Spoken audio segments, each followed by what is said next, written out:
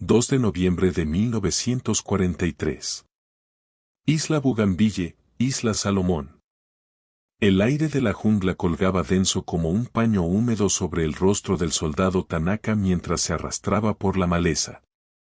Su rifle tipo 38 estaba listo, con su bayoneta de acero de 18 pulgadas brillando débilmente a la luz de la luna. A su alrededor, 11 hombres del 23º Regimiento de Infantería se movían como fantasmas en la oscuridad. Este era su elemento. Durante 3 años, los cazas nocturnos japoneses aterrorizaron a las fuerzas aliadas en todo el Pacífico. Maestros de la infiltración silenciosa y del combate cuerpo a cuerpo repentino y salvaje. Tanaka sonrió sombríamente, recordando las palabras de su sargento. Los americanos temen a la oscuridad. Se acurrucan en sus trincheras, dependientes de sus máquinas y municiones. Pero nosotros somos la noche misma. La artillería lejana retumbó como un trueno de verano. Tanaka reconoció los 105 estadounidenses disparando rondas de acoso a ciegas. Dejad que desperdicien sus caparazones. Su escuadrón estaría entre ellos pronto. Bayonetas encontrando carne suave en la oscuridad. Los americanos siempre se derrumbaban cuando llegaba el acero frío. Entonces sucedió. Un sonido diferente a cualquier otro en 3 años de combate. Una explosión de ruido tan cercana que parecía venir del interior de su cráneo. No fue el agudo disparo de un rifle, sino un rugido que llenó la jungla. La vegetación a su izquierda simplemente desapareció, destrozada por algo que desafiaba la comprensión. La confianza del ejército japonés en el combate cuerpo a cuerpo no era mera bravuconería. Era una doctrina que se inculcaba a cada soldado desde el primer día de entrenamiento. En la Academia del Ejército Imperial, los cadetes pasaban 32 horas cada semana practicando técnicas de bayoneta, en comparación con solo 8 horas dedicadas a la puntería. El Manual de Infantería de 1942 afirmaba sin rodeos, la fuerza espiritual del soldado japonés hace que un hombre sea igual a 10 enemigos. Los soldados occidentales corrompidos por la comodidad material no pueden soportar el impacto del acero frío. Esto no era propaganda para consumo público. Las evaluaciones militares internas de 1941 descartaron que las fuerzas estadounidenses fueran espiritualmente débiles, dependientes de la guerra mecánica e incapaces de igualar al guerrero japonés en pruebas de coraje individual. El coronel Masano Tsuji, artífice de la campaña malaya de Japón, escribió en su análisis táctico, los estadounidenses se esconden tras sus máquinas. Cuando se ven obligados a luchar cuerpo a cuerpo, se desmoronan como papel mojado. La evidencia parecía abrumadora. En China, las cargas de bayoneta japonesas habían destrozado a fuerzas numéricamente superiores. En Filipinas, las tropas estadounidenses y filipinas habían huido ante los ataques de los bonsáis. En Singapur, 30.000 soldados británicos se rindieron ante una fuerza japonesa más pequeña que simplemente los había superado en el combate cuerpo a cuerpo. Todos los soldados japoneses memorizaron el principio del Busito. El camino del guerrero es la muerte. Se entrenaron para aceptar el combate a distancia, donde la fuerza espiritual importaba más que la producción industrial. Mientras los estadounidenses contaban las municiones, los soldados japoneses contaban las horas dedicadas a perfeccionar la estocada, la parada y el golpe mortal. El teniente general Harukichi Ayakutake, al mando de las fuerzas japonesas en las Islas Salomón, resumió la sabiduría imperante en octubre de 1943. La noche pertenece al soldado japonés. En la oscuridad, cuando la tecnología estadounidense falla, nuestra superioridad espiritual se vuelve absoluta. Un japonés. Un soldado con una bayoneta vale más que un escuadrón de estadounidenses con sus máquinas. Las primeras advertencias llegaron del canal de Guadal, aunque pocos comandantes japoneses las reconocieron. El 21 de agosto de 1942, 9 días después del desembarco de los marines, el sargento Yoshio Takahashi lideró a su escuadrón en una infiltración antes del amanecer cerca del río Iloo. Avanzando a través de la hierba kunai hacia las posiciones de los marines, con una confianza suprema. Entonces se escuchó un sonido que ninguno de ellos había oído antes. Un golpe metálico seguido de un rugido que pareció llenar toda la selva. El soldado Kenji Nakamura, uno de los 3 supervivientes, escribió más tarde en su diario, el sargento Takahashi simplemente desapareció. Donde él había estado parado, solo había niebla roja y vegetación destrozada. El rayo volvió a sonar, y el cabo Ido fue lanzado hacia atrás como si lo hubiera pateado un gigante invisible.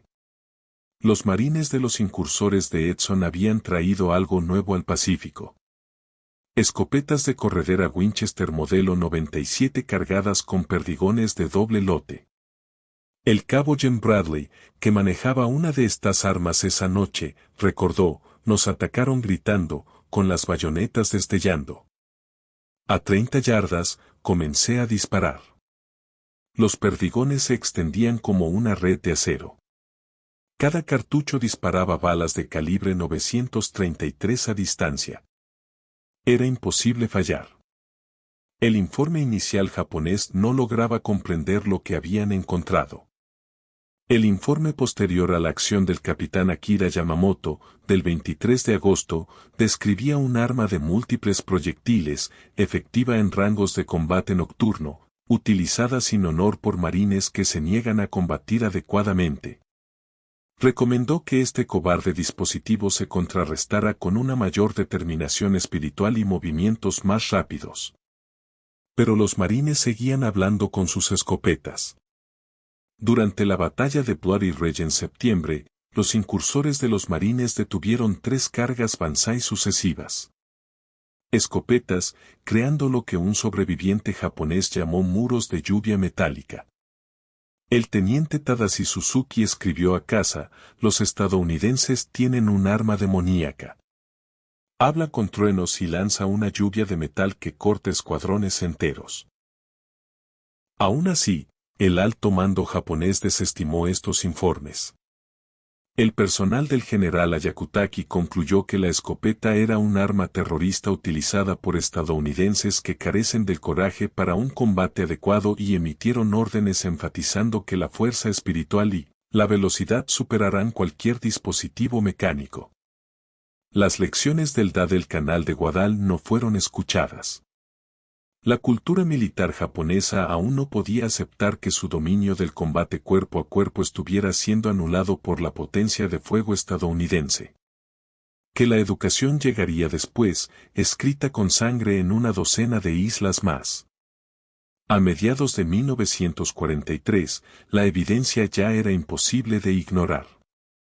En Nueva Georgia, la compañía del capitán Ichiro Yamamoto, 187 soldados veteranos, lanzó una infiltración nocturna típica de un libro de texto contra posiciones de los marines cerca del aeródromo de Munda el 17 de julio. Se movían en perfecto silencio. Bayonetas ennegrecidas, confianza en 3 años de experiencia en combate. Al amanecer, 163 personas estaban muertas o moribundas.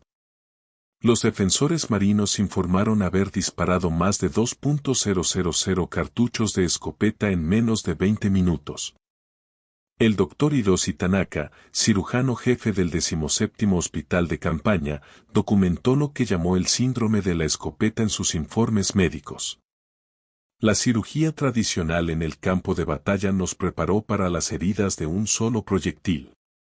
Estas armas estadounidenses crean múltiples canales de herida, 9, a veces 12 entradas separadas. El trauma es catastrófico. Los hombres alcanzados a 30 metros presentan daños consistentes con ataques de artillería. Las estadísticas eran duras.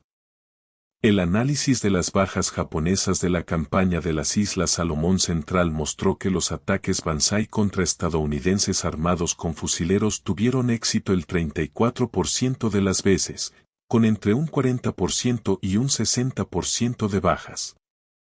Contra unidades equipadas con escopeta, la tasa de éxito cayó a cero y las bajas superaron el 85%.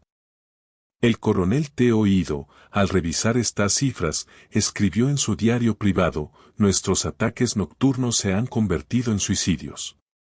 Los estadounidenses han aprendido a hacer de la oscuridad su aliada. En Ketokona-Bougainville, el horror quedó claro en su totalidad. El 7 de noviembre de 1943, el batallón del mayor Chagaru, 850 hombres entrenados específicamente en tácticas de infiltración nocturna, intentó invadir las posiciones de los marines ocupadas por el tercer batallón de incursores. Los marines se habían posicionado en campos de fuego entrelazados, con las escopetas cargadas con perdigones. El sargento Yukio Mishima sobrevivió haciéndose el muerto entre sus destrozados compañeros de escuadrón, y su testimonio ante los investigadores militares fue condenatorio. No pudimos acortar la distancia. A los 40 metros comenzaron los truenos. Los hombres cayeron en grupos, no individualmente. La jungla misma parecía estallar con metal. Vi al teniente Agaba recibir una explosión a toda velocidad. Su pecho se abrió como una flor. No hubo gloria, no hubo combate, solo ejecución. La sección de inteligencia del 17º Ejército compiló un informe secreto analizando el desastre de Cabo Toquina. El 89% de las bajas se produjeron por heridas de escopeta. Alcance medio de combate, 25 metros. Tiempo promedio desde el primer contacto hasta la destrucción de la unidad, 4 minutos. La conclusión del informe fue revolucionaria para el pensamiento militar japonés. Las armas automáticas y escopetas enemigas han anulado nuestras ventajas en el combate nocturno y nuestra fuerza espiritual. El teniente coronel Susumu Nishida, uno de los pocos oficiales superiores que sobrevivieron al Cabo Turokina, escribió las palabras que habrían sido consideradas herejía meses antes. Hemos estado enseñando a nuestros hombres a usar espadas durante una tormenta eléctrica. Los estadounidenses luchan sin Bushido, pero luchan para ganar. Debemos abandonar nuestras tácticas preferidas o enfrentarnos a la aniquilación. La revelación se extendió entre las filas como un reguero de pólvora. Los truenos no eran cobardes. Eran devastadoramente prácticos, y la practicidad, al parecer, triunfaba sobre el espíritu guerrero en todo momento. El arma que destrozó la doctrina japonesa de combate cuerpo a cuerpo era engañosamente simple. El Winchester modelo 97, diseñado en 1897 para la caza de aves acuáticas, se convirtió en una revolución en la guerra en la jungla. Sus especificaciones cuentan la historia. Calibre 12, cargador de 6 balas y, lo más importante, la capacidad de disparar a toda velocidad. Manteniendo presionado el gatillo mientras se bombea, se pudieron disparar las 6 balas en menos de 2 segundos. Los marines la llamaban escoba de trinchera y, en las densas junglas del Pacífico, barría limpiamente. Las matemáticas de la destrucción eran simples. Cada cartucho de calibre 12 contenía 9 perdigones de perdigones calibre 00. Cada perdigón tiene 33 pulgadas de diámetro, esencialmente 9 balas separadas. A 10 yardas, el patrón se extendió a 12 pulgadas. A 25 yardas, 30 pulgadas. A 40 yardas, casi 4 pies. Un soldado japonés que cargaba a una distancia típica de enfrentamiento en la jungla se enfrentaba no a un proyectil, sino a 9, esparcidos por un área imposible de esquivar. El modelo 12, introducido en las unidades de marines en 1943, refinó aún más el concepto. Una acción más suave, un mejor equilibrio y tolerancias de fabricación más estrictas significaron un ciclo aún más rápido.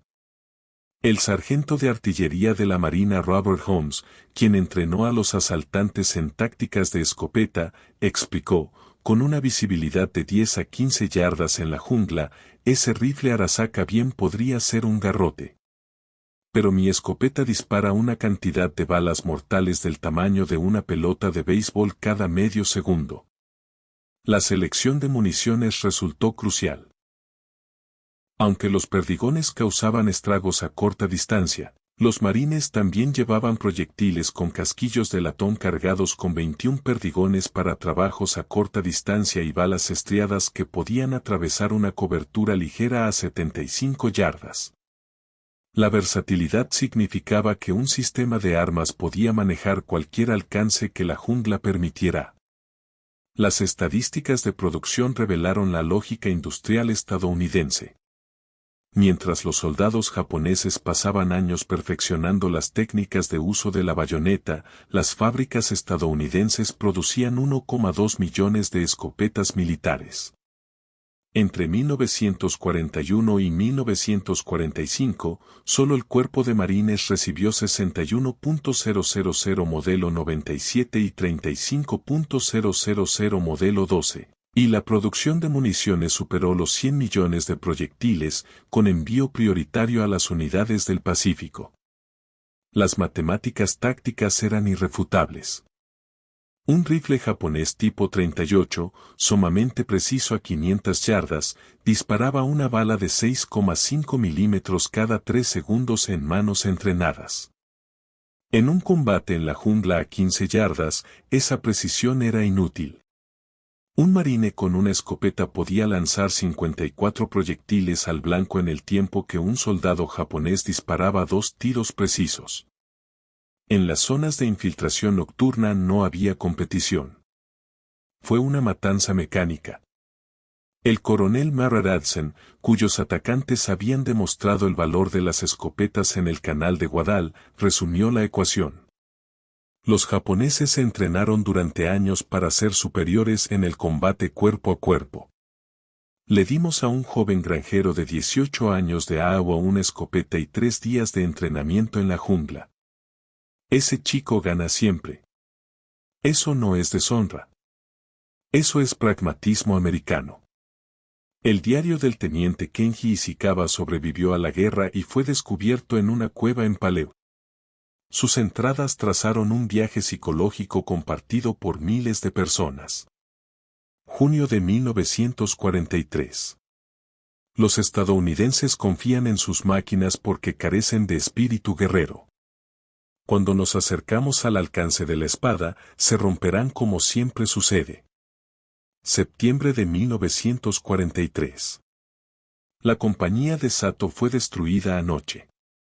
Los supervivientes hablan de armas de trueno que matan a 5 hombres de un solo disparo. Esto no puede ser verdad. Noviembre de 1943. He visto los cañones de trueno.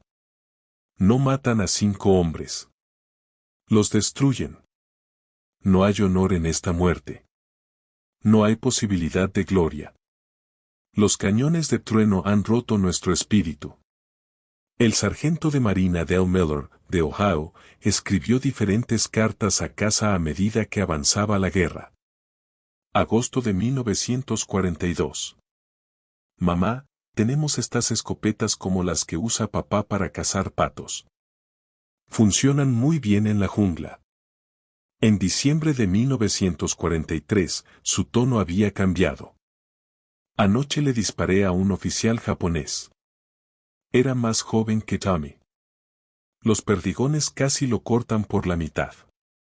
Sé que están tratando de matarnos, pero Dios, lo que estas armas le hacen a un hombre. A veces me despierto viendo sus caras. Dile a papá que ahora entiendo por qué nunca habló de las trincheras. El cabo Hiroshi Yamada sobrevivió a una emboscada con escopeta en Nueva Georgia. Uno de los 11 supervivientes de una compañía de 150. Entrevistado en 1987. Todavía no podía hablar de ello sin temblar. Yo estaba en la tercera fila cuando empezaron los truenos. Los hombres que estaban frente a mí simplemente se desmoronaron. Sentí humedad en mi cara y era sangre y tejido de mi sargento. Me caí y me hice el muerto durante 6 horas tendido bajo cadáveres. Aún ahora no puedo oír el trueno sin volver a aquella noche. Para mí la guerra terminó allí, aunque luché 2 años más. Mi alma murió en esa jungla. La historia más profunda surgió de una reunión improbable en 1975. El exmarine Jen Patterson asistió a una conferencia de veteranos en Hawái, donde conoció a T.S. Ogawa, quien había liderado una carga Banzai contra la posición de Patterson en Saipán. A través de un traductor, Ogawa se acercó a Patterson con lágrimas en los ojos. Tú eras el que tenía la escopeta en la colina 27. Cuando Patterson asintió, Ogawa hizo una profunda reverencia. Mataste a todo mi escuadrón en segundos. Te odié durante 30 años, pero ahora te agradezco. Tu cañón de truenos acabó rápidamente con nuestra locura. Mis amigos murieron instantáneamente. Sin sufrimiento. Nos salvaste de nuestra propia necedad. La hija de Patterson, entrevistada en 2010, recordó la respuesta de su padre. Papá simplemente se quedó allí llorando. Estos 2 ancianos que intentaron matarse el uno al otro, abrazándose y sollozando. Papá nunca habló de la guerra, pero esa noche me contó todo. Dijo que la escopeta fue lo mejor y lo peor que le pasó a la vez. Lo mantuvo con vida, pero le provocó pesadillas de por vida.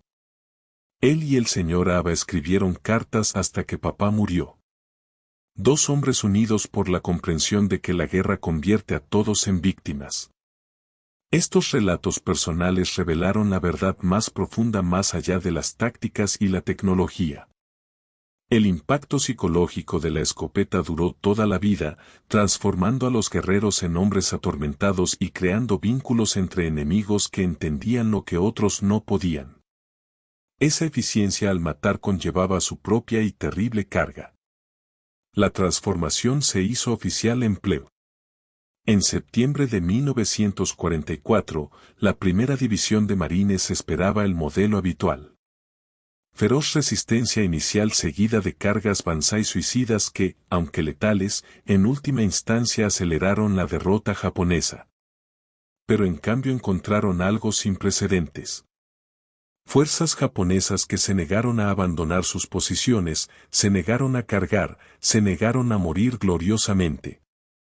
El coronel Kuno Nakagawa, al mando de los defensores de Pleu, había recibido nuevas órdenes del general Seda Yingwai que habrían sido impensables un año antes. La fuerza espiritual por sí sola no puede vencer el poder de fuego estadounidense. Cada soldado luchará desde posiciones preparadas. No habrá cargos Banzai. Haz que los americanos vengan a ti. La revisión específica del manual táctico interceptada por la inteligencia estadounidense lo afirma sin rodeos. Los ataques nocturnos contra enemigos equipados con armas automáticas y escopetas solo resultan en muertes inútiles. El cambio psicológico fue aún más dramático que el táctico. Las notas recuperadas del capitán Toshio Yamaguchi describieron lo que él llamó la enfermedad de la escopeta que se estaba propagando entre sus hombres. El soldado Sato se niega a realizar patrullaje nocturno. Cuando se le presiona, comienza a temblar y a hablar de los cañones de trueno. Esta cobardía se propaga como una enfermedad. Ayer un escuadrón entero alegó estar enfermo en lugar de realizar un entrenamiento de infiltración. No están enfermos en el cuerpo, sino en el espíritu. El oficial de inteligencia estadounidense, Mayor Frank Stevens, observó el cambio en las comunicaciones interceptadas. Hace 6 meses, el tráfico radial japonés era todo cuestión de honor y superioridad espiritual. Ahora estamos interceptando solicitudes desesperadas de tácticas y métodos de contraataque con escopeta para atacar a los estadounidenses más allá del alcance de las escopetas. Piden a Tokio armas que no existen. Los marines en Palau se enfrentaron a una nueva y horrible realidad sin cargas Banzai para destruirlos. Las fuerzas japonesas mantuvieron sus posiciones hasta que fueron destruidas por lanzallamas y demoliciones. La batalla que debería haber durado días se extendió a meses. Irónicamente, al abandonar su doctrina de combate cuerpo a cuerpo, los japoneses encontraron un enfoque más letal. El teniente coronel Louis Chasty Pollard observó: entrenamos a estos muchachos para repeler cargas Banzai con escopetas y armas automáticas. Ahora los pinchazos no saldrán para ser asesinados. Han aprendido demasiado bien nuestras lecciones. Las bajas de los marines en Peleliu superaron a las de cualquier batalla anterior en el Pacífico precisamente porque los japoneses ya no se ofrecían al poder de fuego estadounidense. La doctrina Banzai abandonada representaba más que una evolución táctica. Fue la muerte de la mitología guerrera de Japón. Un documento de entrenamiento japonés capturado de octubre de 1944 resumió la transformación. La era de la espada ha terminado. La supervivencia, no la gloria, es la victoria. Evite las escopetas americanas a toda costa. El espíritu samurái no había sido derrotado por una filosofía superior o un mayor coraje. Había sido demolido por los perdigones y el pragmatismo, obligando a una cultura guerrera a enfrentar la realidad de que sus preciadas creencias estaban literalmente matándolos. La revelación de la escopeta resonó en el ejército japonés como una piedra arrojada en agua quieta.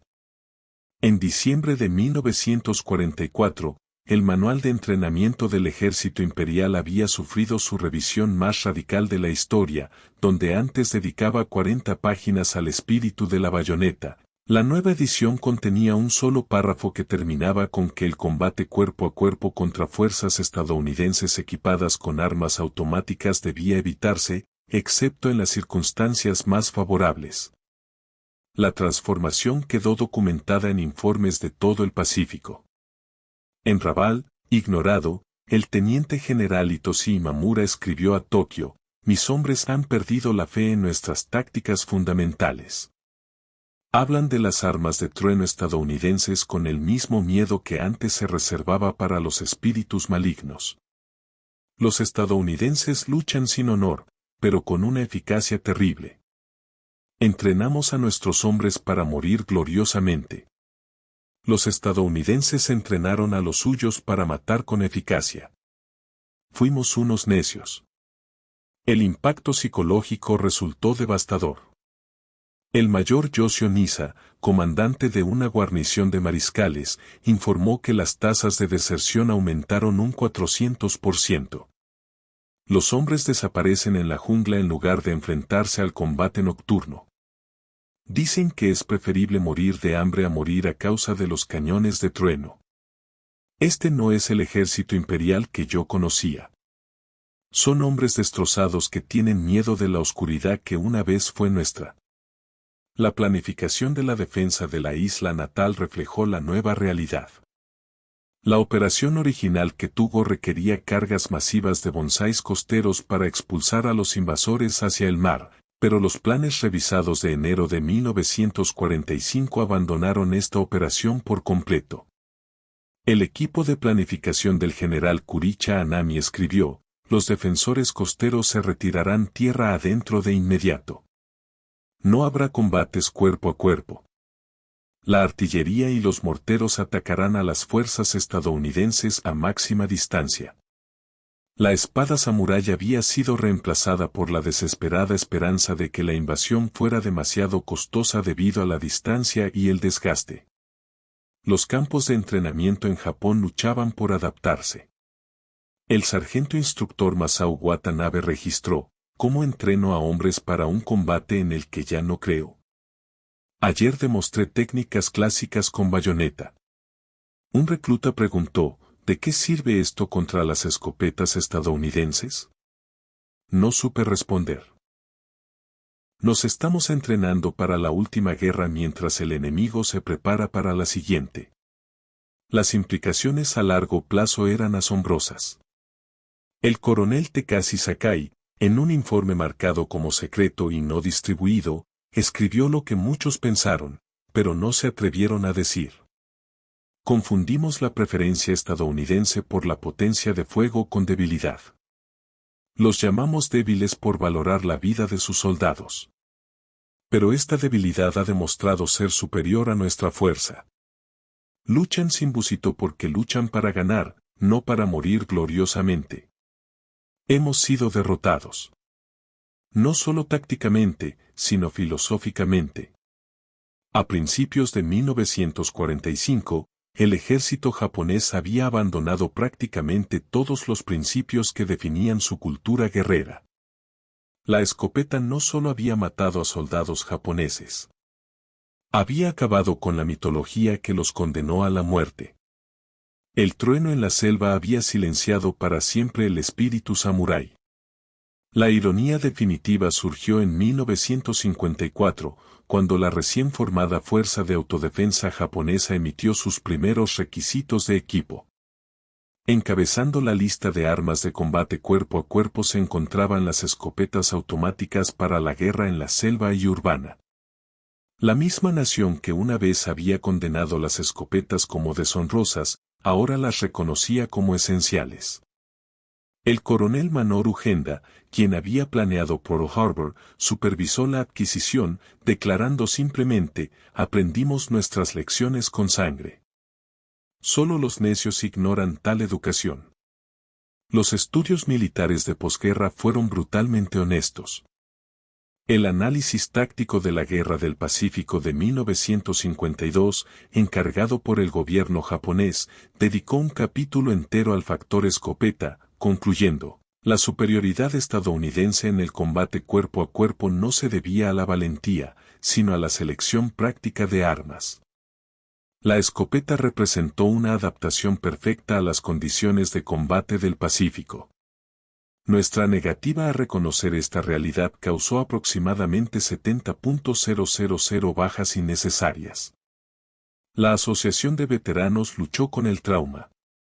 En la Conferencia de Veteranos de la Guerra del Pacífico de 1960 en Tokio, el sobreviviente Tadashi Kamura habló en nombre de muchos.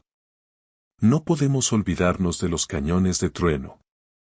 Los jóvenes de hoy se preguntan por qué temíamos a las armas estadounidenses. ¿Cómo se explica enfrentarse a una potencia de fuego imposible? ¿Cómo describes ver a todo tu escuadrón desaparecer en segundos?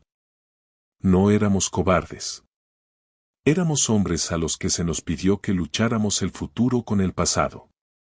El Dr. Saburo Ayashi, el principal historiador militar de Japón, publicó su análisis definitivo en 1965.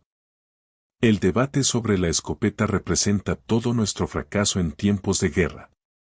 Priorizamos los factores espirituales sobre la realidad práctica.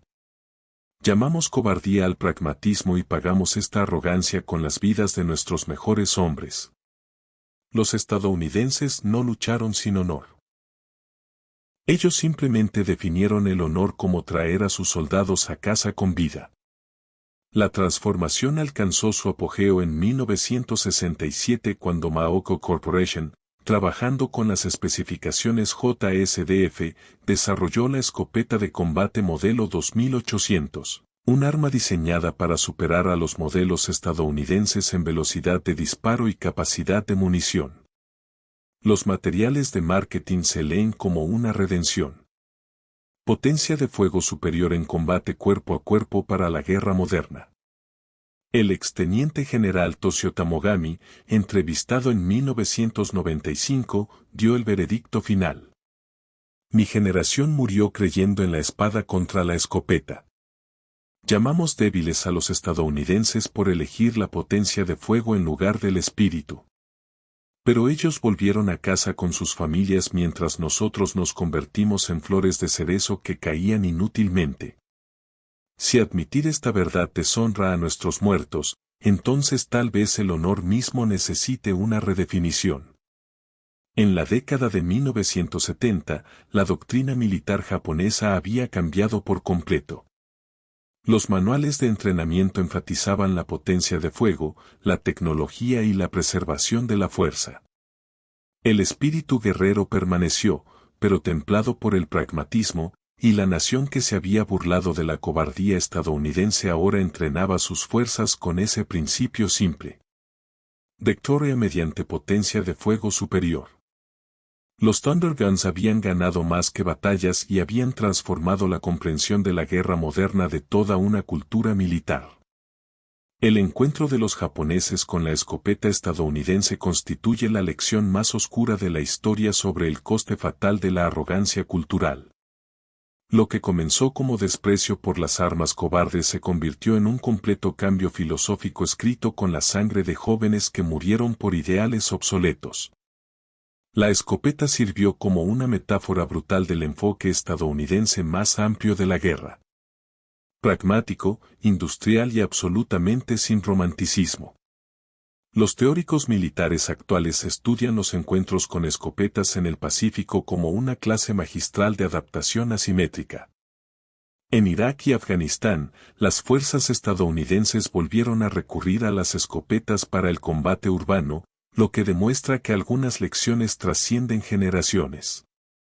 La Benelli M4, el arma estándar para operaciones de asalto, continúa el legado de aquellos Winchester modelo 97 que destrozaron la doctrina japonesa, recordando a los estrategas que el combate cuerpo a cuerpo todavía pertenece a quien trae la herramienta de matar más eficiente, no la tradición más honrada.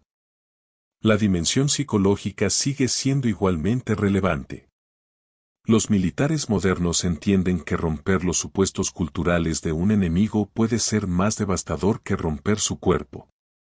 Y cuando las creencias fundamentales resultan fatalmente erróneas, ejércitos enteros pueden derrumbarse desde dentro. Los soldados japoneses que desarrollaron fobia a las escopetas no eran cobardes. Eran hombres racionales que reconocían que su entrenamiento los había preparado para el suicidio, no para la victoria. Pero la lección más profunda reside en el costo humano de la rigidez institucional.